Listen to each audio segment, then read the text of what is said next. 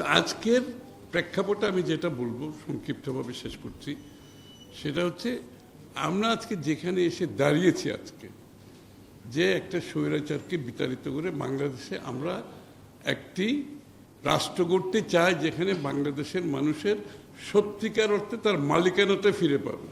এই কথাটা কিন্তু আমরা 15 বছর ধরে বলে আসছি প্রত্যেক দিন বক্তৃতায়, মালিকানা ফিরিয়ে দেবো, মালিকানা ফিরিয়ে দেবো, মালিকানা ফিরিয়ে দেওয়ার আন্দোলন। কারণ দিনের শেষে এই মানুষগুলো বাংলাদেশের আগামী দিনের বাংলাদেশ কোথায় যাবে, তাদের মতামতের পরিপ্রেক্ষিতে বাংলাদেশে পরিবর্তন আসতে হবে। আমরা যদি মনে করি আমরা কিছু বিজ্ঞ মানুষ ঢাকা শহরে বসে বাংলাদেশের আগামী দিনের চিত্র আমরা এঁকে দেব, এই মানুষগুলোকে বাইরে রেখে, সেটা আরেকটি ভুল ধারণা। সুতরাং যে কোনো পরিবর্তন আপনাকে গণতান্ত্রিক প্রক্রিয়ার মাধ্যমে পরিবর্তন আনতে হবে, এর বাইরে কোনো পরিবর্তন টেকসই হয় না। আপনাদের মনে আছে আমরা সবাই মিলে তো ওই কেয়ারটেকার সরকার আমরা সবাই ঐক্যমতের পরিপ্রেক্ষিতে করেছি না?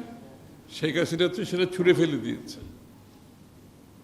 তো মাথায় রাখতে হবে পরিবর্তন যেটা করতে হবে জনগণের মাধ্যমে, জনগণের ম্যান্ডেট নিয়ে পরিবর্তন আপনাকে করতে হবে। ইতিমধ্যে আমাদের মধ্যে যেসব বিষয়ে ঐক্যমত হবে সেই জায়গাটা আমরা করে ফেলতে পারি। এই কথাটা কিন্তু সকলের মধ্যে পরিষ্কার।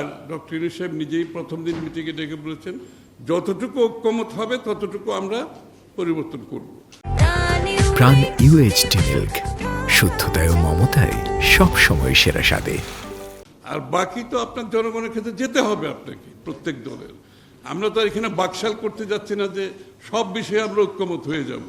এই জন্য তো ভিন্ন ভিন্ন দল, আমাদের বিভিন্ন দলে আমরা বিভিন্ন দল করছি এই জন্য। তো সুতরাং একটা জিনিস আমি যেটা আশঙ্কা করছি, যেটা না বলে পারছি না, যেসব দেশে গণ অভ্যুত্থান হয়েছে, আপনারা যদি সেসব দেশের দিকে ফিরে তাকান, যেই সব দেশ যত তাড়াতাড়ি নির্বাচনের মাধ্যমে গণতান্ত্রিক অর্ডারে ফিরে গেছে, সেই দেশগুলো গণতান্ত্রিক প্রক্রিয়ায় ফিরে যেতে পেরেছে। আর যেসব দেশ নিজেদের মধ্যে দ্বন্দ্ব করে নির্বাচন গণতান্ত্রিক প্রক্রিয়াকে যত বেশি পিছিয়েছে, সেই সব দেশে গণতন্ত্র ফিরে আসে নাই। আমি এক লম্বা লিস্ট আপনাকে দিতে পারব। এই কথাটা মাথায় রাখতে হবে।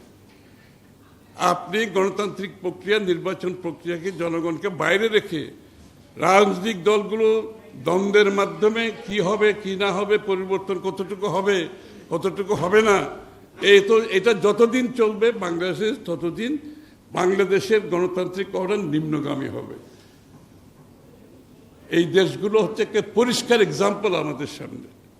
এই জন্য আমাদেরকে যেই জায়গাটুকুতে আমরা ঐক্যমতে পৌঁছবো, তার বাইরে এটাকে নিয়ে যদি আমরা সময় নষ্ট করি, তাহলে কিন্তু আমরা ওইসব দেশের পরিণতি আমাদেরকে ভোগ করতে হবে। এটা অত্যন্ত গুরুত্বপূর্ণ। কারণ আমার জন্য যেটা গুরুত্বপূর্ণ, সেটা আরেকটি দলের পক্ষে গুরুত্বপূর্ণ নাও হতে পারে, আবার তাদের জন্য যেটা গুরুত্বপূর্ণ আমার জন্য গুরুত্বপূর্ণ নাও হতে পারে। সুতরাং সেই জায়গায় আপনি 10 বছর যদি এই ঐক্যমতের আলোচনা চালান, সেখানে হবে না তো। কারণ প্রত্যেকটি দলের নিজস্ব আদর্শ, চিন্তা ভাবনা আলাদা আছে। তো এই জন্য তো এগুলো আলাদা দল হয়েছে, তাই না? তো এইগুলোর ম্যান্ডেট আপনাকে নিতে হবে জনগণের কাছ থেকে। আপনি যদি গণতন্ত্রে বিশ্বাস করেন, আর কিছু 10 জন লোক ঢাকায় বসে বিজ্ঞ মানুষ বাংলাদেশের ভাগ্য নির্ধারণ করতে পারবে না, বাংলাদেশের মানুষকে করতে হবে। সুতরাং এই জন্যই আপনারা লক্ষ্য করবেন এই যে ঘটনাগুলো ঘটছে একটার পর একটা, এই যে গোপালগঞ্জে ঘটছে, তার আগে ঘটছে, তার আগে ঘটছে, দিন দিন কিন্তু আপনার আইন শৃঙ্খলার অবস্থা খারাপের দিকে যাচ্ছে, অর্থনীতির অবস্থা নিম্নগামী, মানুষ চাকরি হারাচ্ছে, মিল ফ্যাক্টরি বন্ধ হয়ে যাচ্ছে, কেউ কিন্তু বিনিয়োগ করছে না বাংলাদেশে। সবাই অপেক্ষা করছে নির্বাচন হবে, নির্বাচিত সরকার আসার পরে তাদের সেই সিদ্ধান্ত তারা নেবে। কেউ সিদ্ধান্ত নিচ্ছে না, দেশি বিদেশি কেউ সিদ্ধান্ত নিচ্ছে না। এবং বাংলাদেশের যে যন্ত্রপাতি শিল্পের এইগুলো প্রত্যেক দিন আমদানি কমে যাচ্ছে, কাঁচামাল আমদানি কমে যাচ্ছে, কারণ কেউ বিনিয়োগ করছে না। যেগুলো আছে তারা অনেকে আস্তে আস্তে বন্ধ হয়ে যাচ্ছে। সুতরাং এই জন্য আপনাকে যত তাড়াতাড়ি গণতান্ত্রিক প্রক্রিয়ায় ফিরে যেতে পারবো আমরা, তত তাড়াতাড়ি ভালো।